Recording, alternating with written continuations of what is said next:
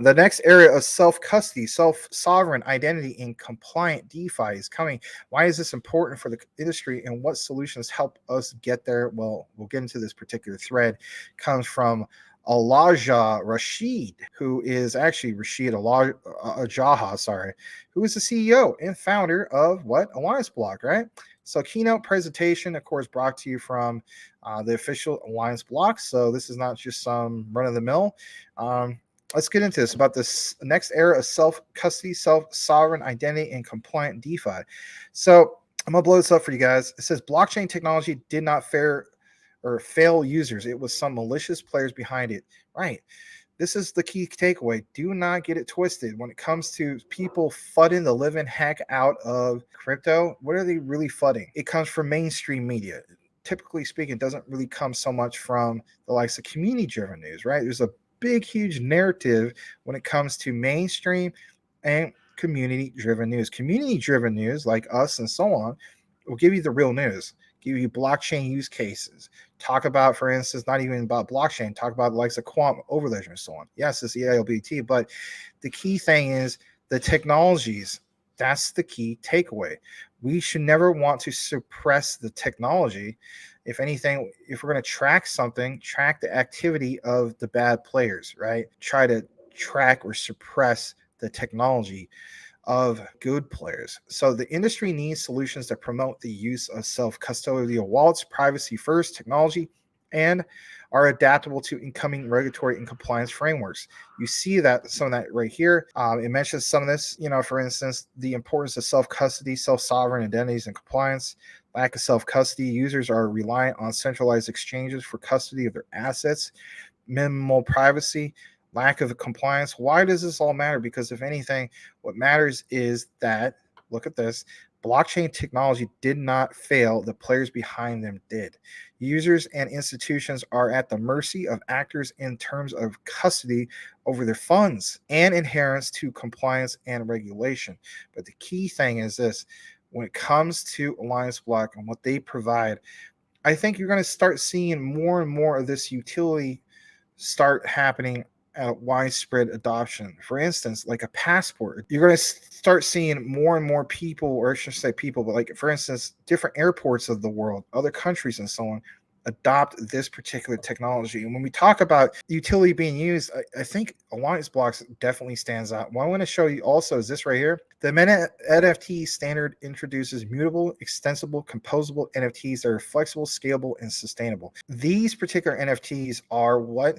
Utility-based NFTs. So again, another layer of that utility. So if you're wondering about a meta NFT, a data container that can wrap existing assets and interact both on and off chain, right?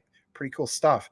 Promoting self-custody means users have ownership, direct ownership, I should say, and control over their wallets, their assets, and their identity and rules without relying on third parties or intermediaries. But at the same time, when it comes to Allianceblock, we have seen, for instance, with Nixera, that it's not to the point where you have to give up all of your identity, where somebody malicious can just take every bit of that is not needed. You always hear this term of, not your keys, not your crypto. Well, how about this? Not your KYC, and it has to be all yours. I can control a little bit of just that, the KYC process, and Allianceblock definitely stands out with that. That's a really cool thing that they have. On top of that, look at this. Self-sovereign identities enable users, I'm going to click on this real quick, to control information they use to prove their identity. We're talking about this just briefly, a little bit more on this. ZKPs are leveraged here to prove that a given statement is true without exposing any additional information about that statement. This becomes very powerful for just like that, the KYC process. Now, if you're wondering about that, blow this up. Self-sovereign identities enable users to control the information they provide to prove their identity. Again, back to the whole KYC thing. You're not just saying, you're not having an organization saying, give me all of your info. That's ridiculous. Kind of like it's ridiculous to go to your, urgent care provider, right? You just want to, you just want to get well. You don't want to give them all your identity, and they ask for your social security number. Why do you need that? All right. It's, if I'm giving you my insurance information, why do you also have to have my social security number? Now, of course, in the modern age, a lot of them just says it's optional. They shouldn't even be optional, really. Like that doesn't even need to be on there. So I like the idea that Alliance Block still empowers you for the understanding of how far do you want to go with this whole KYC. And with that said, I think this makes it transparent and also convenient. I think in the future, to be honest, guys, I'm just throwing this out there. If you want to talk about seeing the adoption of various different airports around the world and so on, using literally like a new form of a digital passport, if you will, where they implement some of these technologies into just that, like a passport or whatever the case be, they very well may use some of this particular technology because it simply makes sense. It takes a lot of the hassle out, and if anything, it's going to help with the flow of just getting people to where they need to go, to and from, and so on. Isn't that the whole point? Without making it, where we have to go to the darn airport and stand in line for 2 or 3 hours just to go to point A to point B. I mean, I understand that a lot of things changed after 9/11, right? Don't get me wrong. But at the same time, if we're progressing with the likes of Web3 and so on, please understand the significance of what Allianceblock provides to that.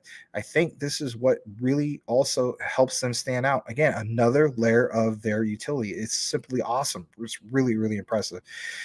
There's a lot more to this particular thread. There's a lot of different use cases in this particular breakdown and so on. What's referred to as ZKPs, it says it can be attached within the meta NFTs and properties, can be leveraged, comply with business rules without the need to expose underlying data. Same, thing applies to the whole thing with the KYC, but it says it can also represent financial products that are dynamic, such as bonds and derivatives. We'll touch bases on this before we wrap things up. Verification of users enables compliant access to on-chain financial instruments. You have, for instance, these compliance checks. Look at this. Here's a perfect example of what I was talking about earlier. So, for instance, you have a user on the left. He or she, I should say, has a compliance checklist, right? So look at this particular compliance checklist. So it's, just going through real quick, it shows, for instance, they verify that the person definitely does live in France. They're over 21 years old. They're a European citizen. They have this thing called the PEP exclusion list, right? And it's FATF. They follow these particular travel rules, right? We're talking literally like, passports going from, persons going from France to, I don't know, let's say Switzerland, wherever the case be, right? Then you have these verifier checks, right, from the actual app itself. There's a bond issuer. There's a certain amount of duration where that happens, coupon payment, the derivative side, the issuer, just all these things with the utility is implemented. How do we know that? We'll look at the very bottom of the page. It says meta NFTs can be used to comply with business rules through zero knowledge proofs, or can represent financial products such as bonds or derivatives with attributes that can be attached, detached, or dynamically updated. It can also represent financial products that are dynamic, such as bonds and derivatives, like you just mentioned. But these are cool things to see the breakdown.